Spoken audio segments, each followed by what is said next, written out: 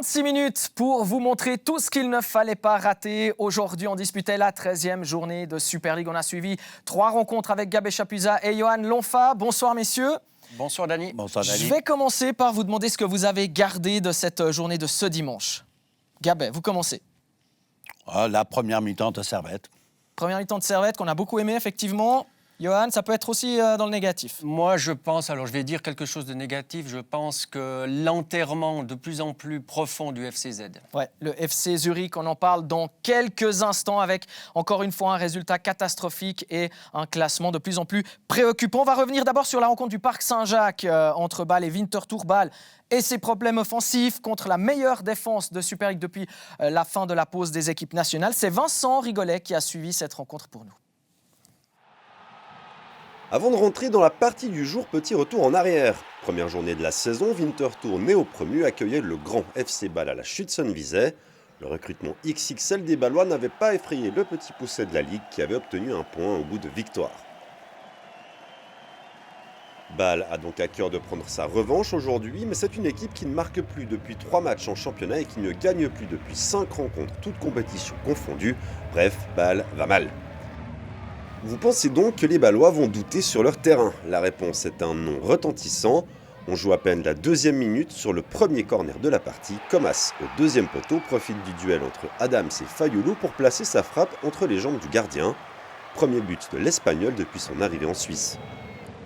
Et comme les bonnes choses ne viennent jamais seules, sur le 2e corner bâlois, moins de 6 minutes plus tard, les joueurs de Winterthur oublient que Comas vient de marquer et donc oublient de le marquer. Le défenseur central s'offre un doublé qui permet à son entraîneur de souffler un grand coup. 2 buts sur 2 coups de pied arrêtés, mais les attaquants bâlois ne marquent toujours pas, pour l'instant. Un problème également résolu peu avant l'heure de jeu. Bâle n'a pas montré grand-chose depuis le 2-0, mais il faut saluer le bon travail de Malèche sur cette action qui offre le 3e à Fink. Ça commence à ressembler à une correction pour Winterthur qui n'avait encaissé qu'un but sur les 4 derniers matchs. Surtout que les Bâlois prennent confiance. Ça commence enfin à tourner offensivement, talonnade inspirée de Fink et frappe violente de Millard. C'est beau et ça méritait mieux. Le centre de Bourguère aussi méritait mieux, mais sur ce coup-là, Millard est bien moins inspiré.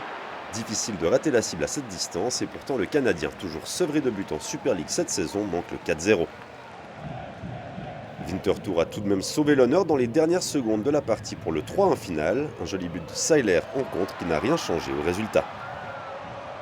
Après 2-0, je pensais qu'on était plus stable dans le jeu. Et malheureusement, on concède le 3e pendant la 2e mi-temps. Mais c'est comme ça, c'est le football. Si on voit qu'est-ce qu'on a fait toutes les semaines avant, on continue notre travail. On n'arrête pas de travailler. Et il faut croire. Pour Bâle, il y a le résultat, mais pour la manière, on repassera. Il faut faire attention parce que Winterthur, les derniers 4 matchs, ils ont pris 10 points. Alors il ne faut pas oublier, c'est pas que maintenant, parce que c'est Winterthur qu'il faut gagner 7-1. Ils ont fait un bon match, mais nous, je crois qu'on a fait un très bon match sur les 90 minutes. On a dominé l'adversaire, à mon avis. Et puis ça, ce qu'il ne faut pas oublier non plus, c'était notre 24e match, le double de eux. Alors maintenant, vous avez la réponse pourquoi je change des fois 5-6 positions. Évidemment, le coach bâlois n'apprécie que très peu les critiques qui visent son équipe et il voulait remettre les choses au clair. Moi, je suis persuadé du chemin qu'on fait. Vous avez dit jeudi, il y a un match. Si on gagne, on est peut-être déjà en 8e de finale, mais être sûr de passer la Conference League. Alors 2 buts, on a déjà atteint. La coupe, on est dedans. Et Conference League, on peut faire le prochain pas. Et après, en championnat, voilà, il faut faire les derniers 4-5 matchs comme il faut. Ça, c'était le verre à moitié plein d'Alex Frey. On a aussi eu le verre à moitié plein de Vincent Rigolet qui nous parle de cette offensive bâloise qui se trouvait un petit peu mieux, qui s'est un petit peu mieux exprimée aujourd'hui. Johan, nous on a voulu parler du verre à moitié vide parce qu'on a franchement aussi vu des choses pas franchement très convaincantes. Oui, on aime bien critiquer, on aime bien être... c'est aussi pour ça que vous êtes là. là. On est ambitieux pour le FC Bâle. On doit être pointu. On a l'habitude de voir un FC Bâle un peu plus conquérant et surtout au niveau du jeu. Donc certes, ils ont gagné aujourd'hui. Ils auraient pu mettre un ou deux buts de plus, mais dans le jeu, c'était encore pas convaincant, et surtout dans les transitions entre les joueurs. Et en témoigne cette occasion où là, un choix peut être fait et clair en supériorité par le porteur du ballon, jouer à gauche, à droite, ou tenter la frappe, une belle frappe. Et là, il fait le mauvais choix encore, notre ami Burger, sauf erreur. Et Malès aussi, sur son occasion, là, il hésite, il se dribble lui-même, et puis finalement fait le mauvais choix en adressant ce tir hors cadre. Donc, c'est tous des signaux qui ont montré que le FC Bâle n'est pas encore serein dans son animation offensive. En témoigne aussi les gestes un peu de mauvaise humeur des coéquipiers qui, face au porteur du ballon, auraient préféré avoir un autre choix. Ouais, Darian Malèche, auteur de 3 assists aujourd'hui. On a vu Alex Frey être très content au moment de la sortie de Malèche. On a vu Frey être très content lors de la sortie de Fink aussi. Gabet, votre jugement sur ces deux joueurs et surtout le comportement d'Alex Frey au moment où il les sort? Frey, une période difficile. Je rappelle 5 matchs sur ces 5 derniers, 4 fois 0 goal pointé offensivement, donc un peu de pression. Et on connaît un petit peu la direction du club, ça ne doit pas toujours être évident. Il a beaucoup protégé ses joueurs et là, c'était vraiment le soulagement. Là, il essaie de dire qu'ils ont été très bons. C'est vrai qu'ils ont eu une première mi-temps compliquée. Ils ont eu la chance de marquer sur 2 balles arrêtées. Je pense que ça a bien aidé. C'était un petit peu mieux après le 3e, une fois que Winterthur a un petit peu baissé sa garde. 2 balles arrêtées et 2 buts d'avance après 8 minutes. Donc forcément, Bâle était sur une bonne lancée. Après, on a été très, très déçus par la suite de la rencontre. Et puis, la suite tout court, Alex Frey l'a dit, c'est la venue de Žalgiris Vilnius, dans quelques jours, en Conference League. Là, il ne faut pas se manquer, parce que le classement est extrêmement serré. Non, victoire obligatoire. Ils sont obligés de gagner à la maison, c'est vrai. Et puis peut-être qu'il faudrait faire encore un match, le dernier match à Erevan. Donc, c'est dans les plans de l'entraîneur et surtout de la direction du club. Donc, c'est important pour l'avenir, surtout financier, de passer, en tout cas premier, parce que tu as été qualifié directement. Mais au pire, 2e, tu pourrais faire un barrage contre le 3e de l'Europa League. Absolument. Ce sera évidemment en direct jeudi. Le match de Bâle, ce sera à 21h. Et puis, il y aura aussi le match de Zurich qui jouera en Europa League contre Bodø Glimt. On en parle dans un instant. Un petit mot juste avant de changer de rencontre sur Winterthur. Oui. On a le droit de perdre à Bâle 3 quand on est le néo-premier. Oui, on a vu le message de Bruno Berner. Il ne s'alarme pas d'une défaite à Bâle. Il reste quand même sur des prestations assez convaincantes ou assez solides en tout cas. Ils vont jouer leur jeu jusqu'au bout. Non, je ne pense pas qu'il y a lieu de s'alarmer pour Winterthur. Ils savent qu'ils vont jouer le fond du tableau, honnêtement, avec l'effectif à disposition. Mais ils vont être difficiles à jouer. On l'a vu encore récemment face à Sion. Mais ils peuvent regretter d'avoir été battus sur 2 balles arrêtées, c'est vrai, avec Loulou qui rate sa première sortie et puis Guelmi qui passe à travers au marquage. Ouais. Ben oui. Bien, alors on va voir surtout si cette défaite a des conséquences pour Winterthur, parce que derrière, il y avait le derby de la Limmat, derrière c'était Zurich-Getse, Zurich qui a énormément de peine, qui n'a toujours pas gagné cette saison, qui reste sur une ribambelle de matchs sans marquer. 4 points en 4 matchs par contre pour le champion de Suisse. Ça faisait longtemps qu'il n'y avait pas eu une petite série, on va dire. Et ça a été vraiment une journée encore catastrophique à oublier pour le FC Zurich avec encore une fois trop de buts encaissés. Un but de la tête par exemple qui va arriver, ça c'est la frappe de Krasniqi qui passe juste au-dessus. Oui, on jouait la 10e minute. C'était une bonne opportunité pour Zurich de se relancer un petit peu dans ce championnat avec un derby. Quoi de mieux pour un derby, pour un club de gagner le derby. On sait l'importance pour les Zurichois de gagner ce match-là et d'enfin lancer leur saison. Donc on a vu un bon FC Zurich dans les premiers mouvements. Avec Tozin ici, la frappe de Tozin qui enlève trop sa frappe. Donc on voyait de Ronner. Voilà, on voyait quand même quelques signaux encourageants. Mais malheureusement, quand tout va mal. Et puis on est vite retombé dans nos travers du côté du FCZ. Ça, c'est le raté d'Endengue. Johan, c'est beaucoup plus difficile à faire que ça en a l'air. Vous m'avez dit tout à l'heure, est-ce que vous pouvez nous expliquer? Oui, le ballon retombe, c'est difficile. Il vient vraiment dans son dos, il est gêné, il met son pied en opposition. Même s'il est très proche du but, je pense que c'était compliqué de... Plus important maintenant. Le 1-0. Regardez, une balle arrêtée, une balle aérienne, comme d'habitude. Comme d'habitude. Comme à l'entraînement. Bah oui, et puis c'est des goals à répétition encore. Moi, j'étais à Genève quand ils ont pris à la 95e dans la même situation. C'est vrai, du marquage, ça, c'est des erreurs professionnelles, ça, tu n'as pas le droit. Et en toute liberté, Chetine peut choisir le coin. Et vous parliez des arrêts de jeu, mais du match, vous, Gabet, par rapport à Genève, là, on est dans les arrêts de jeu de la première mi-temps. Et regardez, ça va être le 2-0. Il est important, ce but, et c'est surtout le timing, parce que c'est pas le bon timing, mais on notera qu'Abrachi est sorti sur blessure à l'épaule, remplacé par Hertz. Il y a eu un long arrêt de jeu, ce qui provoque ça aussi. Oui, ben, c'est la blessure d'un joueur de Guetze qui provoque le temps additionnel, et c'est Guetze qui marque. Mais enfin, bref. Encore une grossière erreur défensive. Mais bon, ils sont vraiment la rue défensivement. Donc on était à la 49e minute de la première mi-temps, parce qu'il y a eu du temps additionnel. Ça, c'est la 50e minute de la deuxième mi-temps. C'est le 3-0, signé Sketin avec Puzic qui a un peu de chance là. Oui, alors c'est clair que là, il y a de la chance du côté des joueurs de Grasshopper, parce qu'il y a Puzic qui, d'après moi, veut se la contrôler et puis il sert son coéquipier. Mais bon, l'action, elle était quand même assez limpide. Les joueurs sont seuls. C'est une action de rupture, de contre, où franchement, la défense de Zurich a toutes les peines du monde à se replier. Parce qu'on peut leur en vouloir. Ils perdent 2-0, tu joues le tout pour le tout, tu prends en compte. Et puis la chance était quand même du côté de Guetze. Avec Puzic qui rate son contrôle, ça démarque Chetine et Chetine tape le poteau intérieur.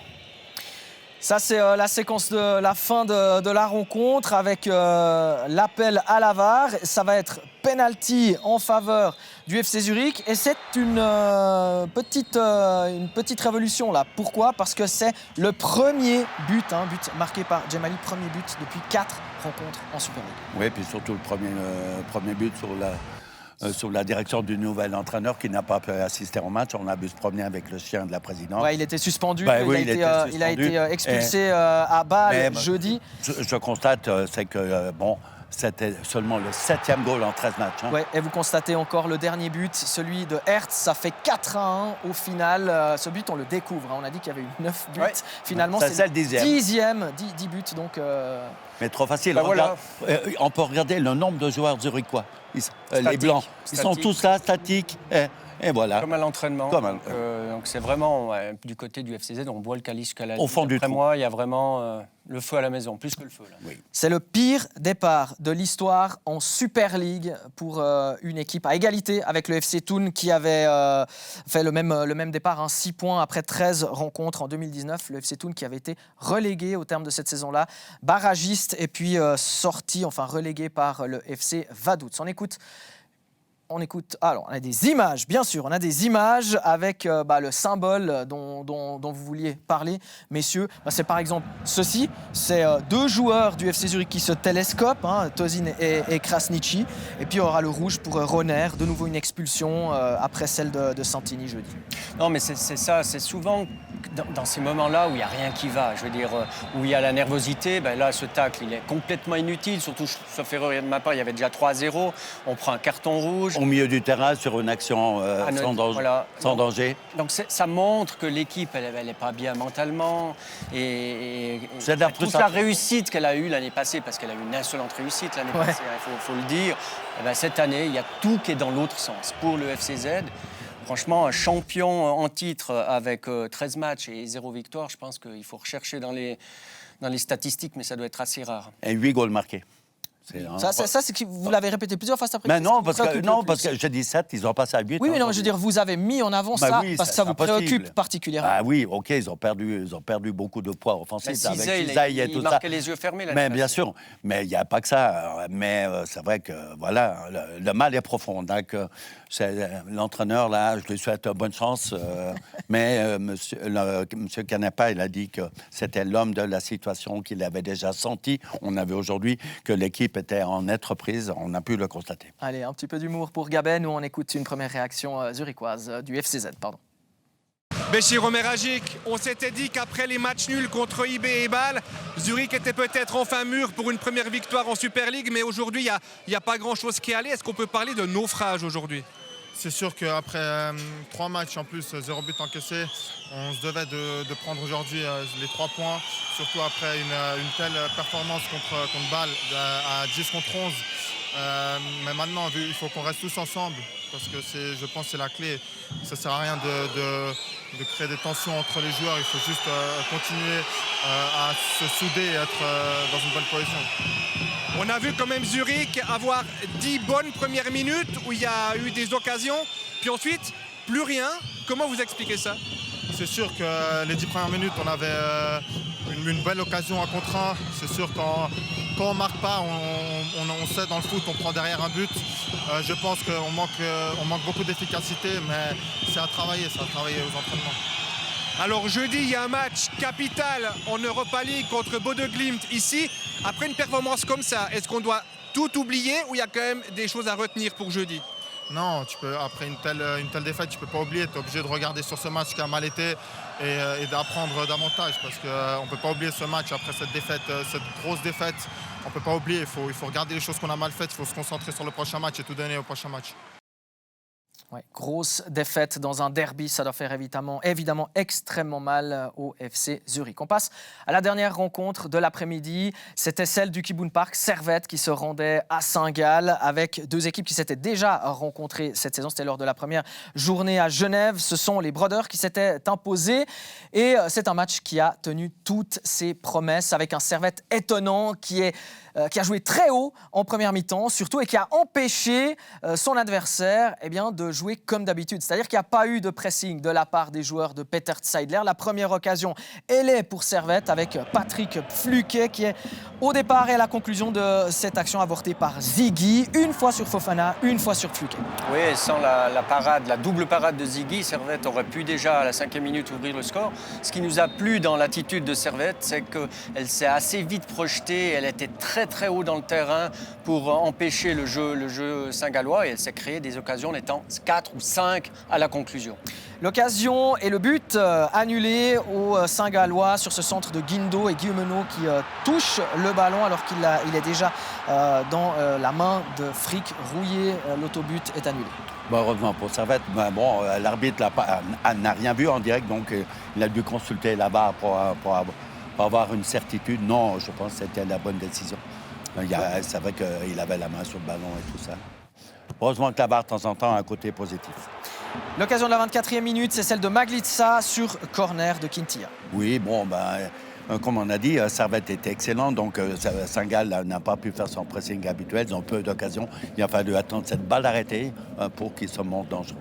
Et puis ça, c'est l'occasion pour Schmitt grâce à un bon travail préparatoire de Latelat sur le côté gauche. Oui, l'action un peu en cafouillage, mais on voit surtout que malgré tout, la défense servétienne est assez regroupée, était vraiment très bien au marquage. Et puis, ils ont évité le pire sur cette occasion. Le 1-2 entre Kutesa et Pfluke, Stergiou qui dévie juste à côté. Oui, là, magnifique, on verra. Là.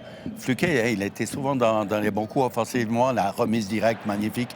Et puis, voilà, c'est Sergiou qui sauve parce que je pense que Kutesa aurait déjà à ce moment-là ouvert la marque. Kutesa qui est monté en puissance dans cette première période. Dans la première demi-heure, on ne l'a pas franchement vu.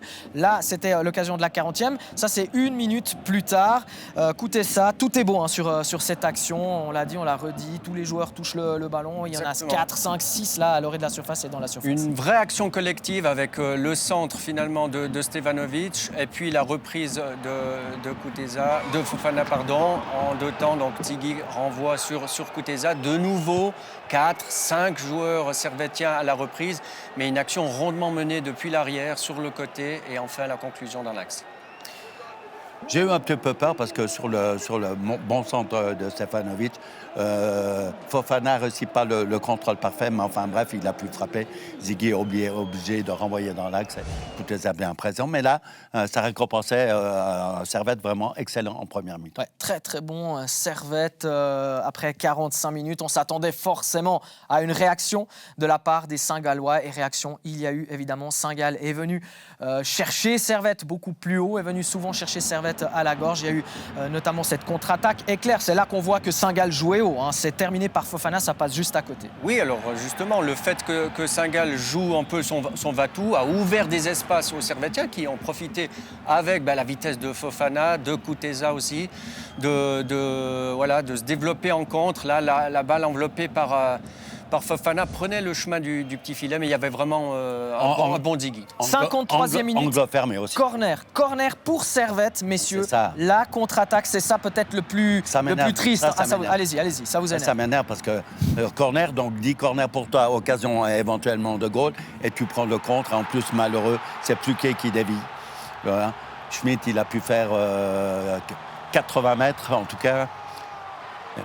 Ça ne doit pas arriver pour vous. Non, tu gagnes 1-0, tu es à Saint-Gall est en train de presser, tu savais qu'ils allaient tout faire pour venir au score, mettre leur pressing.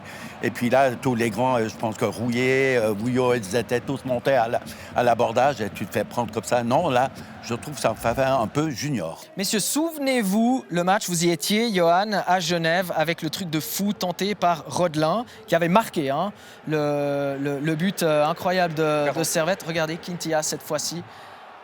Sauf qu'il y a l'arrêt. Voilà, heureusement que Frick est revenu sur ses pas assez rapidement, mais ce ballon prenait le chemin des filets. Donc, effectivement, une belle tentative de Jordi Quintilla. Ouais. La chance, c'est que Quintilla n'a pas pu la prendre direct. Il a dû se la contrôler et se la mettre sur le pied gauche. Ce qui a permis, à Frick de pouvoir revenir dans ses buts. Mais ça aurait été le but gag. Non, là, je pense que Jérémy sait très bien. Lui, il est sorti là, il doit la mettre dehors, tout simplement. Ouais. Voilà. C'était un risque inutile. C'est parti, on écoute les réactions en provenance du Kibun Park. Charles Kakolo, quel est le sentiment finalement qui anime un joueur de Saint-Gall après ce match nul ici à la maison contre Servette? Pour notre part, on voulait avoir les 3 points à domicile pour se rapprocher des Servettes aujourd'hui. Et on sait que Servette, c'est une équipe très solide défensivement surtout. Et voilà, pour moi, je pense que c'est déjà bien de revenir au score contre une équipe solide. Cette semaine anglaise se conclut par un 3e match nul pour vous. Alors, Saint-Gall ne perd pas, mais Saint-Gall ne gagne pas non plus. Il y a des matchs où moi j'ai eu les sentiments on pouvait les gagner. Ce soir, peut-être pas. Ce soir, c'était un match où on devait savoir ne pas le perdre. Ça, c'est mon avis. Mais voilà, je pense qu'on est sur la bonne voie et il nous manque ces petites victoires pour valider ce qu'on est en train de faire en ce moment. Jérémy Frick, Servette a souffert en 2e mi-temps, mais Servette ramène quand même un point de ce déplacement à Saint-Gall. Ouais, c'était compliqué en 2e mi-temps, on a vraiment souffert, on a trop reculé, énormément de déchets techniques. Et voilà, contre Saint-Gall qui met un gros pressing, c'est compliqué si techniquement t'es pas propre. Mais ce qui est bizarre, c'est qu'on est plus proche du 2-0 que du 1-1. C'est une occasion en or qu'on a pour mettre le 2-0. Et derrière, on a sur un corner, on se fait voir en contre-attaque bêtement. Donc voilà, c'est ça qui est un peu bizarre aujourd'hui, mais je pense qu'on peut être très content de ce point aujourd'hui. La scène de la 8e minute, le but annulé par la VAR, je connais la réponse. Vous allez me dire que c'était faute indiscutable. Écoute, c'est pas moi qui dis, c'est le règlement. Même l'arbitre vient me voir, il dit je m'excuse parce que j'ai revu à la mi-temps, j'avais pas vu que t'étais bon dessus. Les papiers, dans les papiers, vous pouvez voir, à partir du moment où il y a une main sur le ballon et qu'il est surtout au sol et qu'il est maîtrisé le ballon, c'est faute. Donc on peut faire une polémique dessus, mais non, c'est 100% faute. Vous concluez cette semaine anglaise par un nouveau match sans défaite, ce qui est déjà plutôt positif. Quel bilan vous tirez de cette semaine anglaise pour vous? C'était long, il ne faut pas se mentir, on est resté tout le long à Zurich. On n'a pas vu nos familles. On n'a pas pu s'entraîner dans les meilleures conditions, étant donné qu'on n'avait pas beaucoup de temps pour s'entraîner justement. Du coup, on a dû mettre en place le match de Saint-Gall très rapidement. Mais voilà, heureusement, on a pu bien récupérer. Le club a fait le nécessaire pour qu'on puisse bien récupérer ensemble. Mais voilà, aujourd'hui, on a senti qu'il y avait quand même un jour d'écart entre les deux équipes de récupération. On a senti surtout qu'on n'avait plus de jambes à la fin et voilà, donc on est content de ramener un point parce que voilà, on a quand même eu pas mal de pépins physiques, que ce soit cette semaine ou les semaines précédentes. Du coup, voilà, on récupère Enzo aussi qui nous fait du bien et je pense que voilà, 4 points sur 6, c'est plutôt pas mal à l'extérieur. Petit récap de cette 13e journée, donc avec les 11 buts qu'on a pu voir aujourd'hui, les 4 au Parc Saint-Jacques, les 2 au Kibun Park et les 5 au Letzigrund. Au classement, regardez, Young Boys est toujours solidement installé en tête puisque Servette n'a pris qu'un point aujourd'hui. Ce qu'on remarque, c'est que Bâle, Getse et Lucerne ont gagné quelques places et que Zurich est toujours largement, très largement enfoncé dans les bas de ce classement avec 6 points de retard sur Winterthur. Il y avait aussi de la Challenge League aujourd'hui et notamment un match de Xamax au Brüglifeld. Double remontada pour les rouges et noirs avec d'abord un doublé de Gachi pour Haro, un but juste avant la pause et un but juste après la pause. Ensuite, Del Toro et Koide ont trouvé le moyen d'égaliser en 1 minute. Et puis Ouattara a permis à Xamax d'égaliser une dernière fois à la 85e minute après un nouvel avantage signé Fazliou. Un point important au vu du scénario de ce match. Oui, tout à fait. Bon, les Rouges et Noirs qui étaient en bleu, aujourd'hui, si jamais pour les téléspectateurs. Mais c'est vrai, ils perdent 2-0, revenir 2-2, prendre 3-2 et quand même égaliser. Force morale, c'est vrai que c'est des points importants. Et puis, on peut espérer que pour Neuchâtel, ce soit un déclic pour le futur. C'est un petit peu le même genre de scénario de conclusion qu'on peut avoir quand on parle du FC Zurich.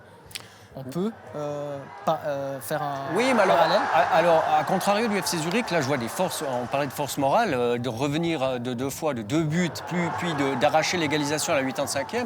Non, je pense qu'il y a un nouvel élan du côté de Xamax et j'espère. Allez, on récapitule aussi les résultats de la 13e journée de Challenge League. Les 3 équipes vaudoises se sont imposées. Victoire du LS à domicile, succès du Slow et d'Yverdon hier. Et donc le match nul de Xamax au classement. Regardez ce que ça donne.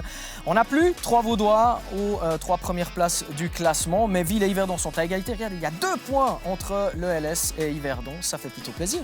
Bah oui, on est fiers d'être Vaudois, c'est vrai. On n'a pas fini de rigoler, surtout que cette semaine, il y a un certain Yverdon-Lausanne. Match après match, c'est votre rendez-vous à 19h30. C'est notre talk 100% foot. C'est Alain Rohrbach qui sera à la présentation ce soir avec un invité qui a l'habitude de nettoyer les lucarnes. Alain, si vous avez besoin de quelqu'un pour vous donner un coup de main. Effectivement, notre invité ce soir a une nouvelle fois frappé hier sur la pelouse de Belazone, buteur décisif pour Yverdon Sport. Vous aurez forcément reconnu Anthony Sautier. On a un énorme plaisir à l'accueillir. Vincent Rigolet et Carlos Varela complètent le casting. Donc on va forcément profiter de la présence d'Anthony Sautier pour faire une large page consacrée à la Challenge League. Et nous parlerons également de Cristiano Ronaldo qui a défrayé cette semaine la chronique. Il est une nouvelle fois aller au clash. Est-ce que c'est un divorce définitivement consommé? Et enfin, la nation tremble puisque vous n'êtes pas sans savoir que Yann Sommer s'est blessé cette semaine en Coupe d'Allemagne. Alors pour l'instant, les projections nous laissent dans le flou. Et s'il devait manquer, qui pour le remplacer?